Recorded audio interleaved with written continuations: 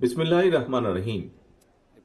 সাংবাদিকদের ঐতিহ্যবাহী সংগঠন ঢাকা সাংবাদিক ইউনিয়ন ডিউজের বার্ষিক সাধারণ সভার সম্মানিত সভাপতি, উপস্থিত সাংবাদিক নেতৃবৃন্দ, উপস্থিত বিভিন্ন রাজনৈতিক দলের নেতৃবৃন্দ এবং সবাই উপস্থিত প্রিয় সাংবাদিক বন্ধুগণ ও আমন্ত্রিত অতিথিগণ, আসসালামু আলাইকুম। প্রায় দেড় দশক পরে আপনারা এবং আমরা সকলে মিলে গুম খুন অপহরণ, আয়নাঘর কিংবা অবাঞ্ছিত ফোনের আতঙ্কমুক্ত পরিবেশে সুন্দর একটি সম্মেলনে উপস্থিত হতে পেরেছি এবং আপনারা সক্ষম হয়েছেন এরকম একটি সুন্দর সমাবেশ আয়োজন করতে। আজকের এমন একটি স্বাধীন এবং মুক্ত পরিবেশ অর্জন করতে কিন্তু হাজার হাজার ছাত্র জনতাকে শহীদি মৃত্যু বরণ করতে হয়েছে, আহত হয়েছেন অসংখ্য মানুষ। স্বৈরাচারের বিরুদ্ধে জুলাই আগস্টের গণ অভ্যুত্থানে কমপক্ষে 6 জন সাংবাদিক শহীদ হয়েছেন। ডিজাইন, এলিগেন্স, বিউটি, সেরা পণ্য সবার জন্য জেভিকো। আমরা প্রত্যেকের জন্য আল্লাহর দরবারে মাগফিরাত কামনা করি। প্রিয় উপস্থিতিবৃন্দ, স্বৈরাচার বিরোধী আন্দোলনের দীর্ঘ লড়াই সংগ্রামে আমাদের সঙ্গে সক্রিয় ছিলেন এমন একজন সাংবাদিক নেতাকেও আজকের এই অনুষ্ঠানে আমি বিশেষভাবে স্মরণ করতে চাই। কিছুদিন আগে তিনি ইন্তেকাল করেছেন। তিনি সারা দেশের সকল সাংবাদিকের কাছে পরিচিত মুখ, মরহুম রুহুল আমিন গাজী। আমি আল্লাহর দরবারে তার আত্মার মাগফিরাত কামনা করছি। ফ্যাসিবাদী বিরোধী আন্দোলনে হতাহত সাংবাদিকদের সহায়তা করতে আমাদের যথাসম্ভব দলীয় উদ্যোগ রয়েছে। হতাহত সাংবাদিক এবং তাদের পরিবারকে সহায়তা করতে বিশেষ উদ্যোগ গ্রহণের জন্য আমি বর্তমান অন্তর্বর্তীকালীন সরকারের প্রতিও আহ্বান জানাই। একই সঙ্গে স্বৈরাচারী শাসন আমলে রাজনৈতিক কারণে যেসব সাংবাদিক চাকরি হারিয়েছেন কিংবা দীর্ঘদিন থেকে বেকার রয়েছেন, তাদেরকেও সাধ্যমতন চাকরি দেওয়ার জন্য আমি বিভিন্ন সংবাদপত্রের ব্যবস্থাপনা কর্তৃপক্ষের প্রতি আহ্বান জানাই। প্রিয় সাংবাদিক বন্ধুগণ, লেখক, সাংবাদিক, বুদ্ধিজীবীগণ একটি রাষ্ট্র ও সমাজের অন্তর্নিহিত শক্তি। কোনো কিছুর পক্ষে বা বিপক্ষে অবশ্যই তাদের সুচিন্তিত মতামত থাকতে পারে বা থাকবে অবশ্যই। তবে আমি এই মুহূর্তে এই বিষয়ে কোনো একাডেমিক আলোচনায় না গিয়ে বরং বিশেষ করে সাংবাদিক সমাজের বন্ধুদের কাছে আমার একটি ব্যক্তিগত মতামত তুলে ধরতে চাই, এবং তা হলো, সাংবাদিকতায় মনে হয় বস্তুনিষ্ঠতা বজায় রাখা অনেক বেশি গুরুত্বপূর্ণ। বিগত পলাতক স্বৈরাচারের সময় আমরা দেখেছি গণমাধ্যমের প্রতিটি শাখায় অধিকাংশ ক্ষেত্রেই বস্তুনিষ্ঠতা প্রায় হারিয়ে গিয়েছিল। লেখক, সাংবাদিক, বুদ্ধিজীবী কিংবা যে কোনো মানুষের মধ্যেই যে কোনো বিষয়, যে কোনো ইস্যুতে দ্বিমত, ভিন্নমত থাকতেই পারে, এবং এটি গণতান্ত্রিক সংস্কৃতির সৌন্দর্য। তবে ভিন্ন মত অথবা ভিন্ন দ্বিমতকে শত্রুতা কিংবা নির্লজ্জ দলাদলিতে পরিণত করলে কি পরিণতি হতে পারে, গত দেড় দশকে দেশের জনগণ এটি হাড়ে হাড়ে টের পেয়েছেন। পলাতক স্বৈরাচারের সঙ্গে সঙ্গে তার অবৈধ মন্ত্রী, এমপি, বুদ্ধিজীবী বা বিচারপতি, বায়তুল মোকাররমের খতিব, প্রেস ক্লাবের সভাপতি, সম্পাদক কিংবা কতিপয় সাংবাদিকের পলায়নের মধ্যে দিয়ে আবারও প্রমাণিত হয়েছে অবৈধ রাষ্ট্রশক্তি নয়, বরং শেষ পর্যন্ত জনগণের রায়ই কিন্তু চূড়ান্ত। প্রিয় উপস্থিতিবৃন্দ, 1975 সালের 7ই নভেম্বরের আগের স্বাধীনতা উত্তর বাংলাদেশ কিংবা 2024 সালের 5ই আগস্টের আগে দেড় দশকের বাংলাদেশ বর্তমান প্রজন্মকে দেখিয়ে দিয়েছে যে আওয়ামী লীগ স্বাধীনতা একসাথে যায় না। আওয়ামী লীগ আর গণতন্ত্র একে অপরের শত্রু। অপরদিকে বিএনপির কাছে গণতন্ত্র, বাক, ব্যক্তি আর স্বাধীনতার, সংবাদপত্রের স্বাধীনতা নিরাপদ। প্রিয় সাংবাদিক বন্ধুগণ, বিতাড়িত স্বৈরাচারের পলায়নের পর গণতান্ত্রিকামী জনগণের আকাঙ্ক্ষা পূরণে এক বিশাল দায়িত্ব নিয়ে আজকের অন্তর্বর্তীকালীন সরকারের যাত্রা শুরু হয়েছে। তবে গণতন্ত্রের পক্ষের সকল শক্তি এবং সাংবাদিক সমাজকে সতর্ক থাকা দরকার। আমাদের গণতন্ত্র প্রতিষ্ঠার যে চলমান যাত্রা বাধাগ্রস্ত করতে কিন্তু এরই ভিতরে নানা রকম ষড়যন্ত্র শুরু হয়েছে, যা এর ভিতরেই অনেক বক্তা তাদের বক্তব্যে এরই ভিতরে তুলে ধরেছেন। বিতাড়িত স্বৈরাচার এবং তাদের দোসর চক্র নানা কৌশলে আবারও মাথাচাড়া দিয়ে ওঠার অপচেষ্টা শুরু করেছে। অপশক্তি দেশের ভেতরে এবং বাইরে থেকে বাংলাদেশের পক্ষের শক্তির মধ্যে ভুল বোঝাবুঝি সৃষ্টির পায়তারায় লিপ্ত হয়েছেন। তবে সবাই যদি আমরা সতর্ক থাকি, বাংলাদেশের পক্ষের শক্তির মধ্যে ভুল বোঝাবুঝির অবকাশ থাকবে না বলেই আমি দৃঢ়ভাবে বিশ্বাস করি।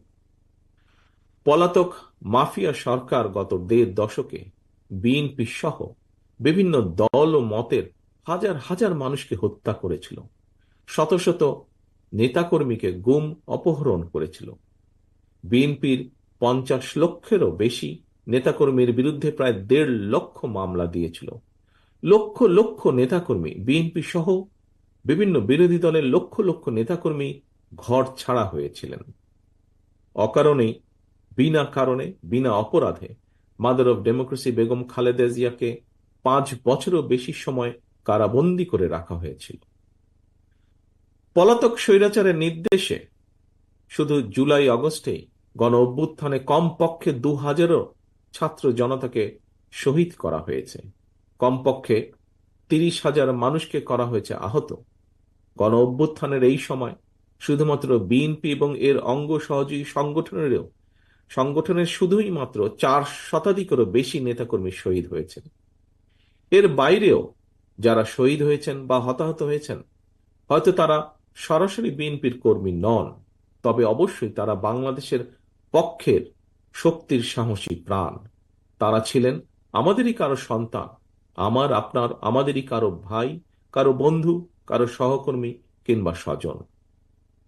এমন হাজারো হতাহত ছাত্র জনতার আত্মত্যাগের বন্ধনে বাংলাদেশের পক্ষের শক্তির মধ্যে জাতীয় ঐক্য গড়ে উঠেছে। সুতরাং আমরা যারা বেঁচে আছি, শহীদদের আকাঙ্ক্ষার একটি গণতান্ত্রিক, মানবিক, বৈষম্যহীন বাংলাদেশ প্রতিষ্ঠার মাধ্যমে শহীদদের রক্তের ঋণ পরিশোধ করা আমাদের দায়িত্ব। একই সঙ্গে পলাতক স্বৈরাচার আর তার দোসররা যাতে রাজনীতিতে পুনর্বাসিত হতে না পারে, সেই ব্যবস্থা গ্রহণ করাও কিন্তু আমাদের কর্তব্য। এজন্যই যথাযথ আইনগত এবং রাজনৈতিক পদক্ষেপ নেওয়া প্রয়োজন বলে আমরা মনে করি। পলাতক মাফিয়া খুনিদের পুনর্বাসন ঠেকাতে তাদেরকে একদিকে আদালতে বিচারের মুখোমুখি করা প্রয়োজন, অপরদিকে তাদেরকে অবশ্যই জনগণের আদালতের রাজনৈতিক বিচারে প্রত্যাখ্যাত হওয়ার পরিস্থিতিতেও ফেলতে হবে। যদি এই দুয়ের সমন্বয় ঘটাতে পারি আমি দৃঢ়ভাবে বিশ্বাস করি গণবিরোধী বিতাড়িত অপশক্তি বাংলাদেশের রাজনীতিতে আর মাথা তুলে দাঁড়াতে সক্ষম হবে না। খুনি, লুটেরা মাফিয়া এবং স্বৈরাচারী রাজনৈতিক অপশক্তিকে বাংলাদেশের রাজনীতিতে অপ্রাসঙ্গিক করে দিতে হলে জনগণের রাজনৈতিক ক্ষমতায়ন প্রয়োজন। ভোটের অধিকার প্রয়োগের সুযোগ পেলেই জনগণ তাদের রাজনৈতিক ক্ষমতা প্রয়োগ করে গণহত্যাকারী, খুনি, লুটেরা, পলাতক স্বৈরাচার এবং তাদের দোসরদেরকে রাজনীতির মাঠ থেকে বিদায় করে দিতে সক্ষম হবে। এ কারণেই বিএনপি মনে করে সংস্কার কার্যক্রমের পাশাপাশি একটি যৌক্তিক সময়ের মধ্যে অবাধ, সুষ্ঠু, নিরপেক্ষ নির্বাচন অনুষ্ঠান অবশ্যই প্রয়োজন।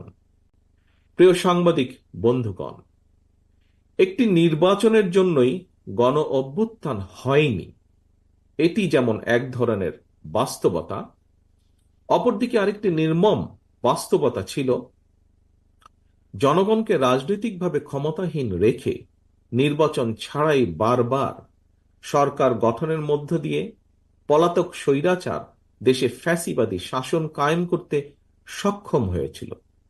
জনগণকে তাদের সকল রাজনৈতিক ও ন্যায্য অধিকার থেকে করা হয়েছিল বঞ্চিত। এ কারণে গণতান্ত্রিক রাজনৈতিক চর্চায় জনগণের অধিকার প্রতিষ্ঠার জন্যই নির্বাচন অবশ্যই একটি মুখ্য বিষয়।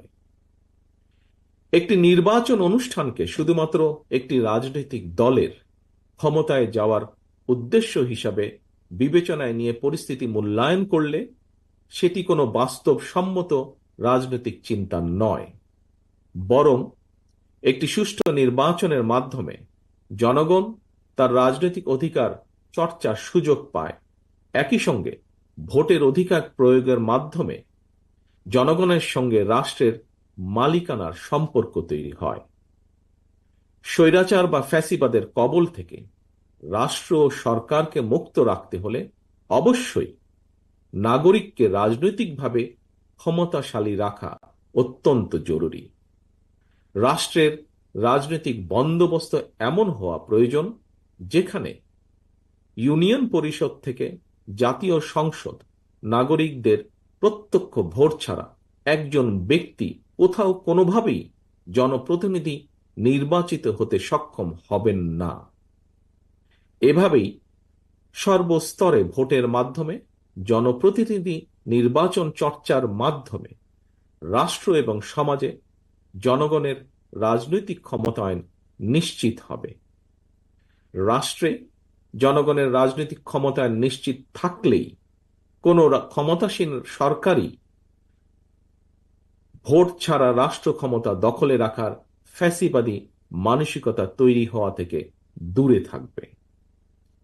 ক্ষমতাসীনদেরকে জনগণের কাছে যত বেশি দায়বদ্ধ থাকা এবং দায়বদ্ধ রাখা যাবে, দেশের রাজনৈতিক সংস্কৃতিও তত বেশি সমৃদ্ধ, শক্তিশালী এবং কার্যকর থাকবে।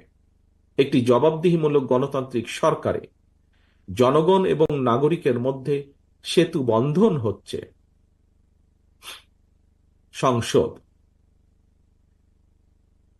নাগরিকদের কাছে জবাবদিহিতার নিশ্চিত করার একমাত্র উপায়।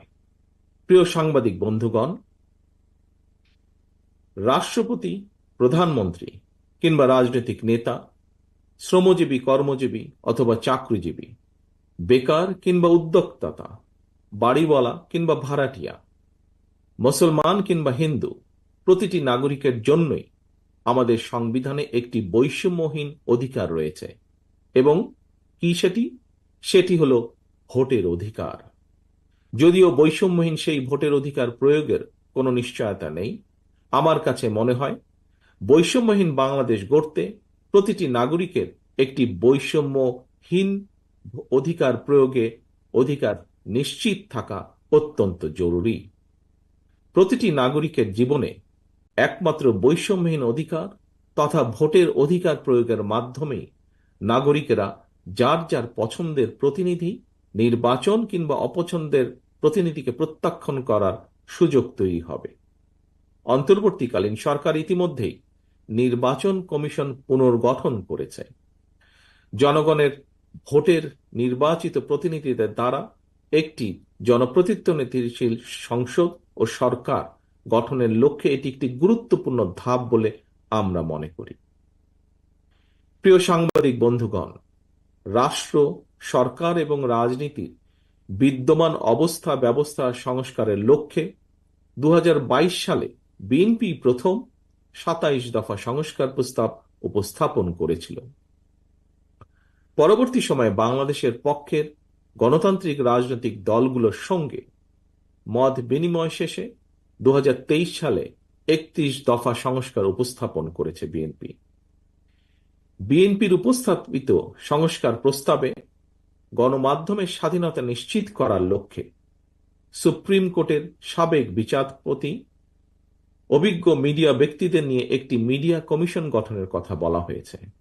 আপনারা দেখেছেন বর্তমান অন্তর্বর্তীকালীন সরকারও গণমাধ্যমে সংস্কার কমিশন গঠন করেছে। সুতরাং সংস্কার কার্যক্রম নিয়ে অন্তর্বর্তীকালীন সরকারের সঙ্গে বিএনপির কোনো বিরোধ নেই। সংস্কার আগে নাকি নির্বাচন আগে?